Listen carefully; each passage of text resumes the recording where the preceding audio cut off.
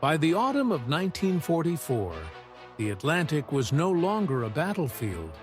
It was a slaughterhouse. The legendary Type 7 U-boats, the Grey Wolves that had nearly starved Britain into submission, were now nothing more than floating targets. They were loud, they were slow, and they were blind. Every time they rose to the surface to breathe, the Allied radar found them. Every time they dove, the sonar tracked them. But while the old fleet was dying, something revolutionary was stirring in the fortified bunkers of Hamburg and Danzig. It was a machine that ignored the rules of the past. It was sleek, silent, and powered by a massive electric heart. This was the Type XXI Elektroboot, a phantom designed to win a war that was already lost.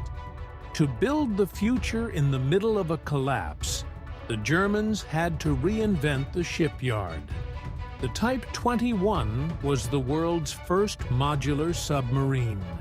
Instead of building one boat from the keel up in a single location, an easy target for Allied bombers, the design was broken into 8 massive Sektionen.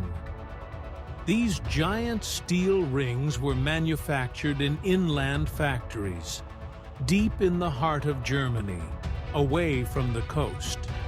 They were then transported by barge and heavy rail through a crumbling landscape of ruins. In the final assembly bunkers, these massive pieces were welded together with a precision that had never been seen in naval history. It was a desperate industrial symphony of sparks and iron, performed under the constant shadow of total defeat.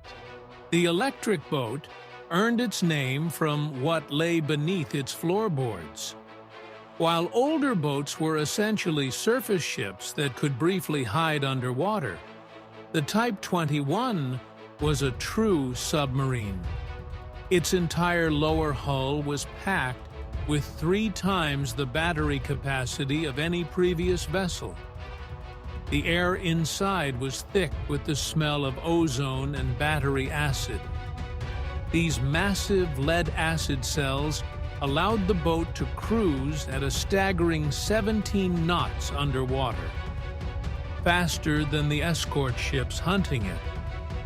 It featured a revolutionary silent drive, where the motors were mounted on rubber blocks to absorb vibration.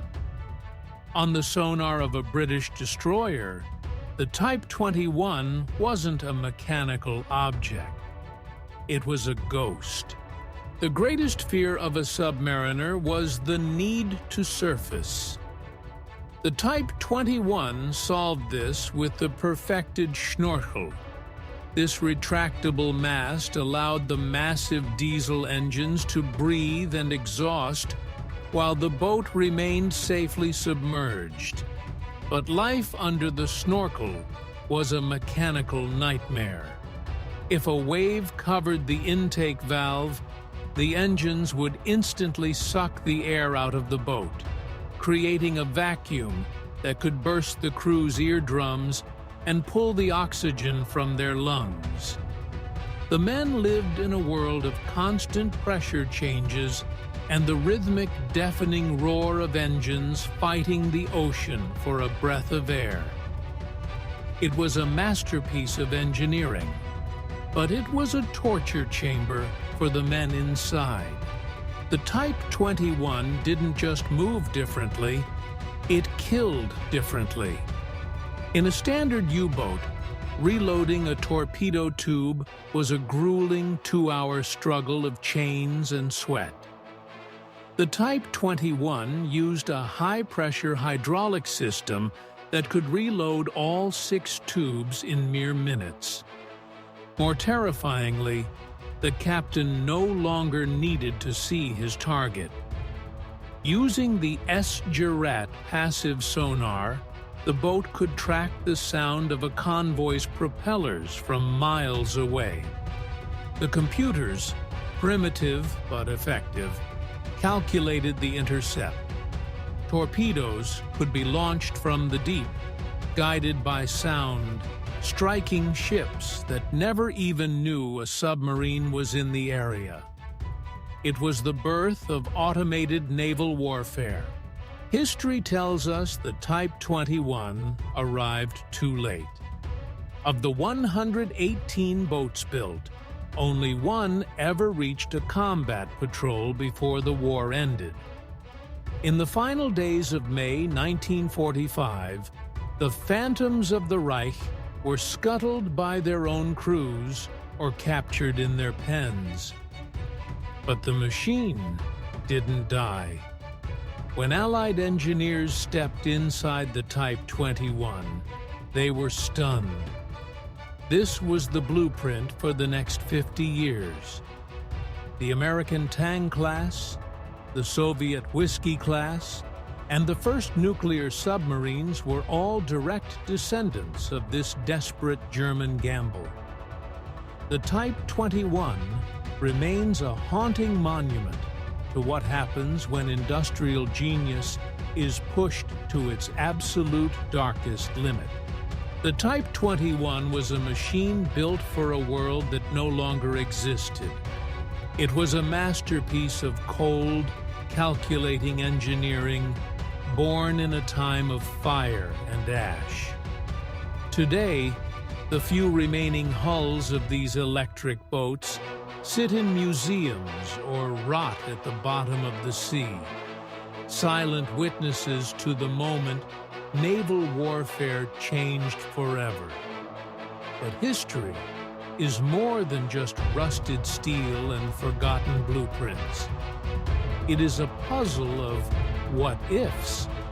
If the Type 21 had arrived a year earlier, would the Atlantic have become an impassable graveyard for the Allies?